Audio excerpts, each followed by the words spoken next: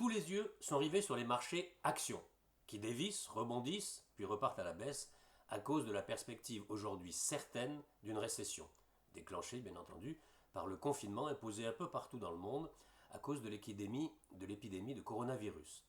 Mais si le risque financier majeur venait non pas des actions, qui vont probablement rester très volatiles, mais des obligations, avec un marché de la dette, que ce soit la dette souveraine comme privée, un marché de la dette qui explose, à cause, bien entendu, de niveaux d'endettement vertigineux des États, alors que les entreprises vont connaître un taux de défaillance plus élevé que par le passé.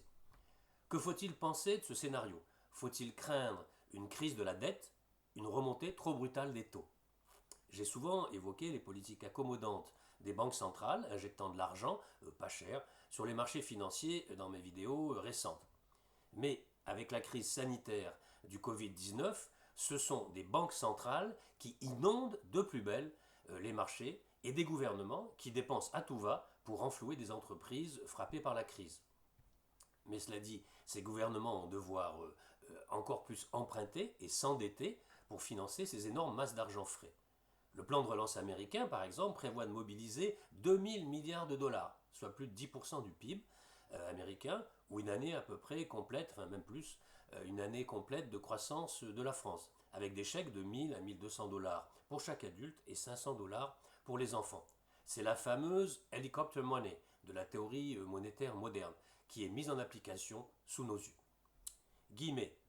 Avec le coronavirus, la dette n'est plus la source du problème, mais la solution pour éviter que la récession ne se transforme en dépression, écrit Michel Girardin, un professeur de finance à l'Université de Genève, dans un article récent, très bien intitulé « Nous sommes tous adeptes de la monnaie hélicoptère ». Mais ce savant, ce professeur, rappelle que, guillemets, l'excès de dette, qu'elle émane des États, des ménages ou des entreprises, voire des trois réunis, est très souvent à l'origine des crises économiques et financières, et ce, depuis que le crédit bancaire a vu le jour en 1472.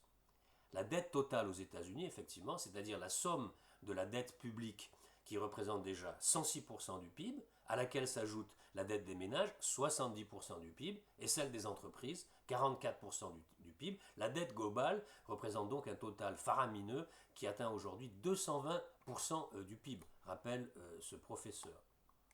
Alors, la conséquence de ces injections d'argent, au moins depuis la crise de 2008, même un petit peu auparavant, est qui, guillemets, voilà ce que nous dit Victor Verbeek, directeur adjoint des investissements chez Robeco, dans une étude récente. La conséquence de ces injections d'argent est qu'il est devenu plus rentable d'investir dans des actifs financiers que d'emprunter pour construire une nouvelle usine de fabrication ou être créatif et innovant. Résultat, le ratio investissement sur PIB n'a jamais été aussi bas depuis la Seconde Guerre mondiale. Tout cela signifie que nous sommes dans un vaste supercycle d'endettement caractérisé par des investissements trop faibles. J'ai aussi évoqué cette problématique dans une vidéo récente. Alors, si effectivement, indéniablement, les risques systémiques restent assez faibles, en raison notamment de l'action de la Réserve fédérale américaine pour éviter une crise, elle vient d'ailleurs d'annoncer un soutien illimité pour faire face aux tensions sur le marché des titres du Trésor et le marché des titres adossés à des créances hypothécaires d'agences, puis également l'achat illimité d'obligations. Alors la Fed est là, il y a des signes de stress qu'il convient de surveiller avec la plus grande attention et qui ont commencé à se manifester sur les marchés du crédit et du financement, a récemment déclaré à Reuters Esti Dweck, qui est responsable des stratégies de marché chez Natixis IM Solutions. Donc des marchés à surveiller. Car, nous dit cette responsable des stratégies, c'est l'endroit où il y a le plus de risques, dit-elle, avant de faire remarquer d'ailleurs que l'agence de notation Standard & Poor's vient de faire passer sa prévision de taux de défaut sur l'année de 3 à 10%. Elle ajoute, il faut surveiller le lien entre le crédit et la liquidité avec un impact à prévoir si de gros fonds ont des soucis de liquidité. Cela pourrait créer un effet boule de neige encore plus important, comme ce qui s'était déjà produit en 2008.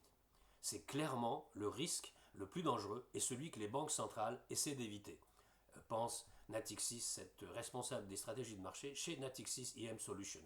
Alors tout ça, bien entendu, reste à surveiller. D'ici là, je vous souhaite bien entendu de bon trade et vous dis à bientôt pour de nouvelles news du chalet.